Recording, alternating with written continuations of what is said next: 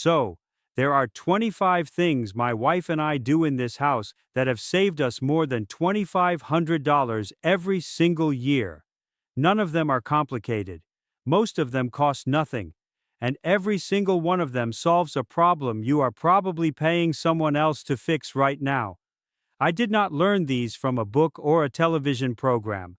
I learned them from my mother, who learned them from hers, and from my wife Yuki, who has been running this household with a quiet discipline I still have not fully matched after 38 years of marriage. Stay for number 23, because that single habit accounts for nearly a third of the total savings, and it is the one Yuki says changed our finances more than anything I ever earned at my job. The first one starts in the kitchen sink. Every time Yuki rinses uncooked rice before cooking, she catches the cloudy water in a bowl instead of pouring it down the drain. The Japanese call this kome no togi jiru. That starchy water contains natural enzymes and lipids that break down grease on contact. She pours it into a spray bottle and uses it on countertops, stovetops, glass, even the wooden cutting board. It replaced 3 different cleaning products we used to buy. It costs nothing because we were already washing the rice. About $60 a year that we simply stopped spending. The second is what she does with every citrus peel. Orange peels, lemon rinds, grapefruit skin, none of it goes in the trash. She fills a glass jar with the peels, covers them in white vinegar, and lets the jar sit under the sink for 2 weeks. The citrus oils infuse the vinegar into a cleaner that cuts through soap scum, degreases the stove hood, and smells better than anything in a bottle at the store. $40 a year in bathroom and kitchen sprays, replaced by garbage we would have thrown away. The third is how we clean our cast iron pan. No soap, never soap. A handful of coarse salt and a ball of crumpled newspaper scrubbed in circles while the pan is still warm. The salt lifts the residue. The newspaper absorbs the grease. Rinse with hot water. Dry it on the burner for 30 seconds, and the seasoning stays perfect. I have not bought a cast iron cleaning product in my life because I did not know they existed until I saw one in an American store and genuinely could not understand who would need it.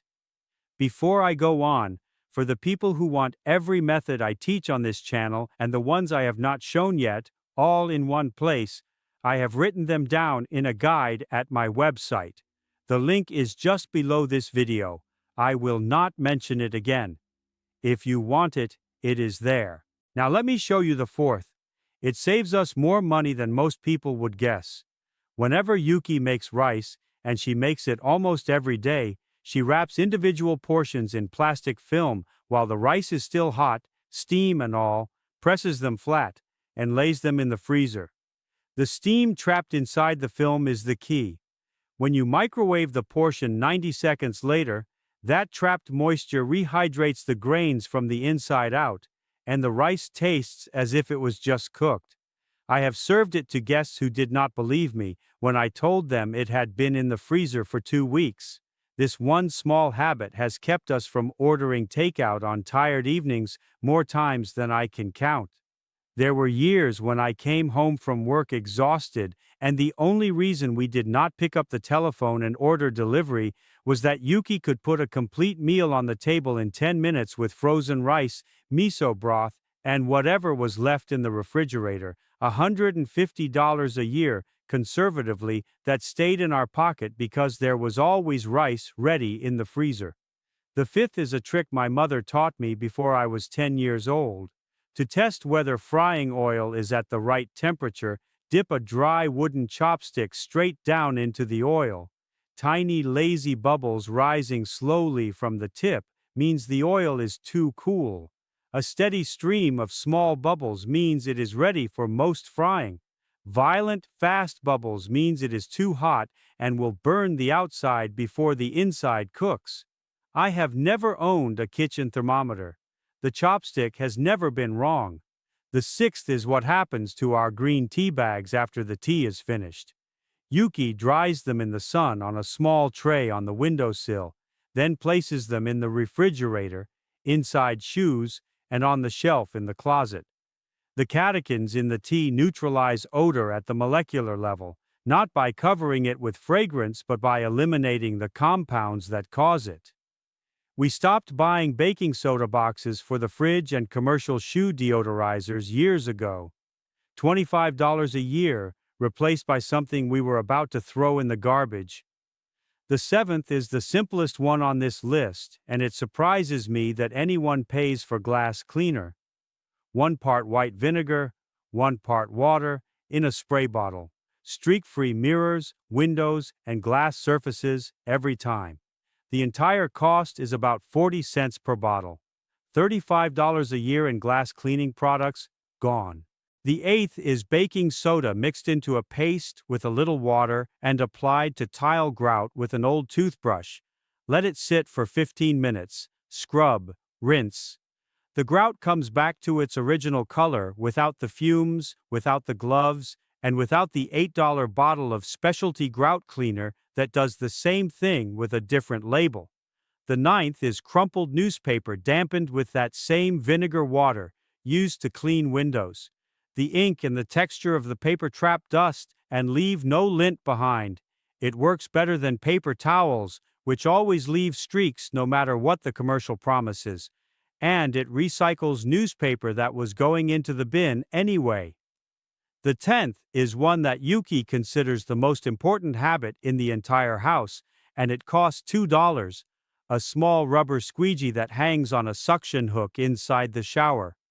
After the last shower of the day, she runs it across the walls and the glass door. 30 seconds.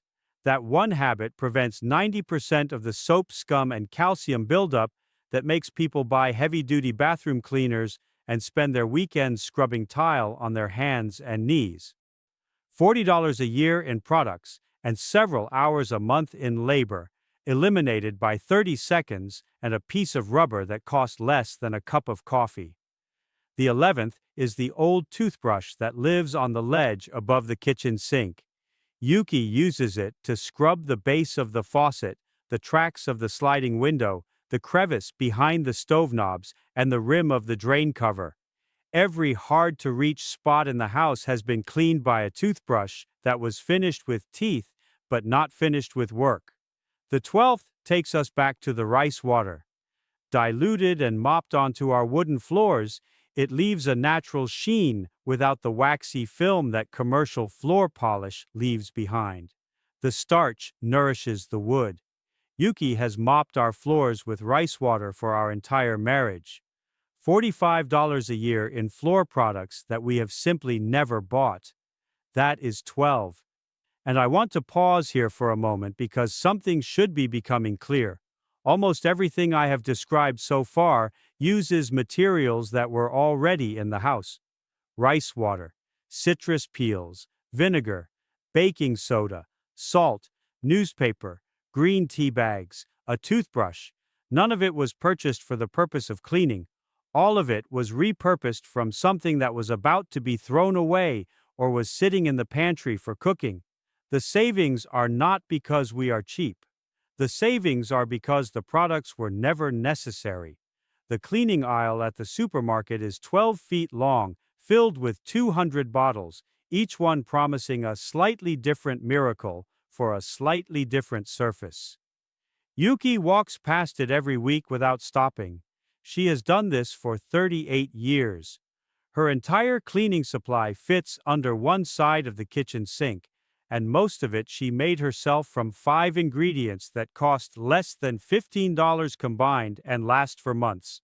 The 13th is what goes into the fabric softener dispenser of our washing machine, not fabric softener, half a cup of white vinegar. It cuts soap residue out of cotton, softens the fabric, and eliminates static without coating the fibers in waxy chemical film. The towels come out smelling like towels. The sheets smell like sheets. When I first moved to America and did laundry at a laundromat, I was startled by the artificial sweetness that clung to everything in the dryer. I thought something was wrong with the machine. It was fabric softener, and the scent it leaves behind is not cleanliness. It is perfume. Yuki has not bought a bottle of fabric softener since the year we were married. $50 a year, every year for 38 years. The math on that one is uncomfortable. The 14th is the temperature of the water. Every load, cold. Not sometimes. Every time. 90% of the energy a washing machine uses goes to heating the water. Cold water with modern detergent cleans just as well, and it does not shrink cotton or fade colors. $120 a year in electricity that we do not use. The 15th is the clothesline. When the weather permits, which in most of the year it does, Yuki hangs the laundry outside. The sun bleaches whites naturally, no chemicals needed. The UV kills bacteria that hot water alone sometimes misses. The fabric lasts longer because it is not being tumbled against itself in a hot drum for 45 minutes. My mother hung laundry on a line strung between two posts behind our house every morning for as long as I knew her. She considered the electric dryer a strange invention, a machine that did with electricity what the sun and wind had always done for free. She was not wrong. The electric dryer is the single most expensive appliance to operate in the average American home. The 16th is something my mother insisted on, and I did not understand until I was much older. Dark jeans and colored shirts are always washed inside out in cold water. The dye on denim is only on the outside of the threads. Washing it right side out drags the colored surface against the drum and strips the dye a little more with every cycle. Inside out, the color holds for years. My jeans last so long that Yuki sometimes asks me if I am ever going to let them go. $80 a year in clothing I did not have to replace. The 17th is one that sounds almost too simple to mention, but the savings are real. Every soap dispenser in our house, hand soap, dish soap, is diluted 1-to-1 with water. You push the pump, you get soap and water mixed together, and it cleans exactly the same way. The bottle lasts twice as long, $30 a year. I do not understand who decided that a full-strength pump of soap was necessary to wash a coffee cup. The 18th is the one that made me realize we had been buying a product for 20 years that we never needed. Activated charcoal placed in small dishes inside closets, under sinks, inside the shoe cabinet, and behind the washing machine. It absorbs moisture and odor from the air silently and indefinitely. Recharged in sunlight every 6 weeks. Replaced the electric dehumidifier we used to run, the air freshener plugins, the closet moisture traps. $100 a year in electricity and products, replaced by a $5 bag of charcoal from the pet store. The 19th is crumpled newspaper stuffed inside wet shoes. Rain, snow, a puddle on the way home. The newspaper pulls the moisture out overnight far faster than leaving them by the door. It also pulls the odor out. Shoes that dry slowly develop bacteria that shorten their life. Shoes that dry overnight last years longer. $40 a year in shoes that did not need replacing. The 20th is something Yuki discovered in our first year in this home. She pulled a bookshelf away from the bedroom wall to dust behind it and found a faint gray shadow of mold starting on the plaster. The air between the shelf and the wall had been still for a year with nowhere to go. She moved it 6 inches from the wall, wiped the plaster with vinegar, placed a dish of charcoal on the bottom shelf, and the mold never returned. Now every large piece of furniture in our home sits far enough from the wall for air to circulate behind it. That one habit has saved us from a problem that costs some homeowners thousands of dollars. The 21st is the first thing Yuki does every morning. She opens windows on opposite sides of the home for 10 minutes, even in winter. The Japanese call this kuki nuki, air renewal. Overnight moisture from breathing and body heat settles into walls and fabrics. 10 minutes of cross-ventilation flushes it out. The house starts the day dry, no air purifier, no Febreze, no dehumidifier running all morning. $80 a year in products and electricity replaced by opening 2 windows. The 22nd is a candle stub rubbed along a stuck zipper, a stubborn drawer track, or a sliding door rail. The wax lubricates the surface instantly. I have fixed stuck drawers in hotels this way. I have never bought a can of spray lubricant in my life because I have never needed one. $10 a year perhaps, but the satisfaction of fixing something in 5 seconds with a candle is worth more than that. The 23rd is the one I told you to wait for, and it is not a household trick at all. It is a habit Yuki has practiced since the first year of our marriage. Before she buys anything that is not food or a true necessity, she writes it down in a small notebook and asks 4 questions. Do we truly need this? Can we find it for less? Will we still want it in 30 days? What else could this money do? She does not answer them in her head. She writes the answers with a pen. The Japanese call this practice kakeibo, and it has been used in Japanese households since 1904. Yuki says that 80% of the things she writes in that notebook never get purchased, because by the time she finishes writing the answers, the desire has passed. That single habit saves us more than $800 a year. It is not a trick, it is a discipline. And it is the reason the rest of this list works, because you cannot save money on cleaning products if you are spending it unconsciously everywhere else. The 24th is the rule that nothing enters this house without something leaving it. A new shirt means an old shirt goes to donation. A new kitchen tool means an old one is released. Yuki calls it breathing.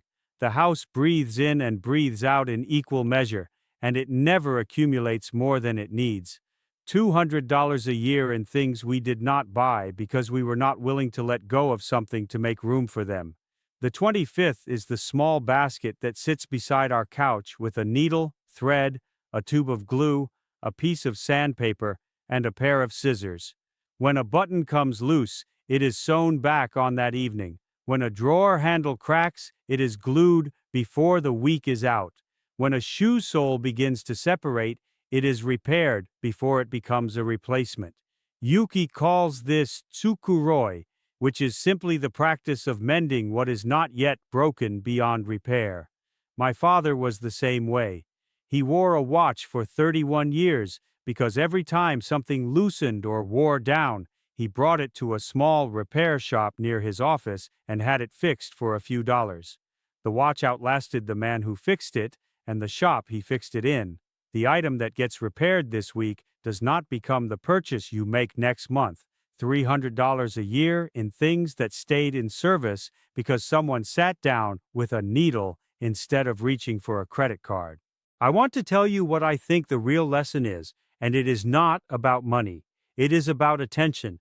Every one of these 25 things requires you to notice something you were about to throw away, to pause before you buy something, to spend 30 seconds now to avoid spending $30 later. The Japanese do not have a word for this kind of living that translates neatly into English. The closest I can offer is that we were taught to pay attention to small things because small things, done consistently, are the only things that have ever added up to anything large. Tell me in the comments which of these 25 you already do without realizing it. I suspect at least 3 or 4 of them are habits you inherited from someone in your own family and never thought of as saving money, and tell me which one you are going to try first. There is something else I have been meaning to share with you. There is one food that Yuki has never once stored in the refrigerator, even though every American home I have visited keeps it cold. She leaves it on the counter, at room temperature, and it lasts longer there than it does in the fridge. The reason has to do with the structure of the food itself, and once you understand it, you will never refrigerate it again. I will tell you about that next time. A home does not become expensive to run because of one large mistake. It becomes expensive because of 100 small habits that nobody ever questioned. Change the habits and the expense takes care of itself.